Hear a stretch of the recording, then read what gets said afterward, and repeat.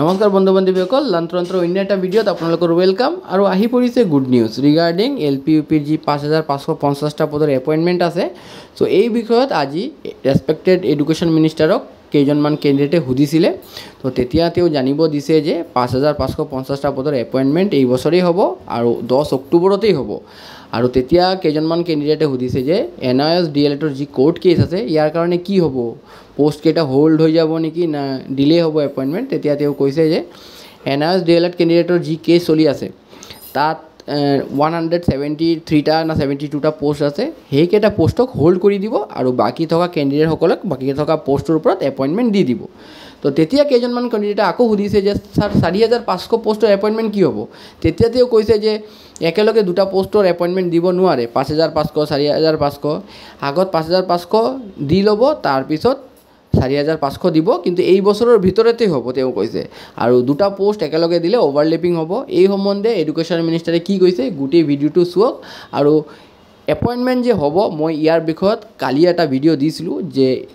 ৰেসপেক্টেড আমাৰ যি CM sir আছে তেওঁ আমাৰ দেৱজিৎ শইকীয়া এডভোকেট জেনেৰেলৰ লগত কথা পাতিলে আৰু তেওঁ কৈছে যদি এইটো সমাধান হয় তো ভাল কথা আৰু যদি নহয় তেনেহ'লে বাকি থকা পোষ্ট কেইটা হোল্ড কৰি এই গোটেই কেইটা এপইণ্টমেণ্ট দি দিয়া হ'ব আৰু সময়ত এইটোৰ এনসাৰ পোৱা যাব কি হয় নহয় এই বিষয়ত মই কালিও ভিডিঅ' এটা দিছিলোঁ তো আজি এম ছাৰে কি কৈছে আপোনালোকে গোটেইকেইটা ভিডিঅ' চাই লওক আৰু ভিডিঅ'টো চোৱাৰ লগে লগে এটা লাইক হিট কৰিব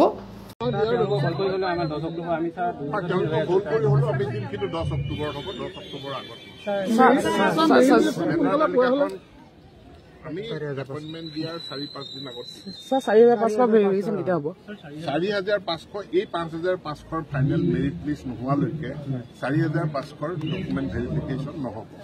কাৰণ ইয়াতে 5500 যিসকলে আবেদন কৰিছে তেওঁলোকে 4500টো আবেদন কৰিছে গতিকে এখন মেৰিট লিষ্ট ওলাই যোৱাৰ পাছত সেই নামখিনি আমি 4500ৰ পৰা আউট কৰি দিম স্যাৰ এইটো বছৰ দিবনে বছৰটো হ'ব না 4500 এইটো বছৰ স্যাৰ আমাৰ 5500 আমাৰ এনএছ যিটো মানে বাধা ৰাখি থৈছে দিবলৈ দিয়া নাই এইটো উঠাই হ'লেও মানে কোৰ্টৰ পৰা মই ক'লো হ'ব সেইটোৱে কৰিম আকৌ একেটা স্যাৰ 4500 এইটো মাহতে দিবনে এইটো বছৰতে দিবনে এইটো বছৰতে দিবনে স্যাৰ আমাৰ চৰকাৰৰ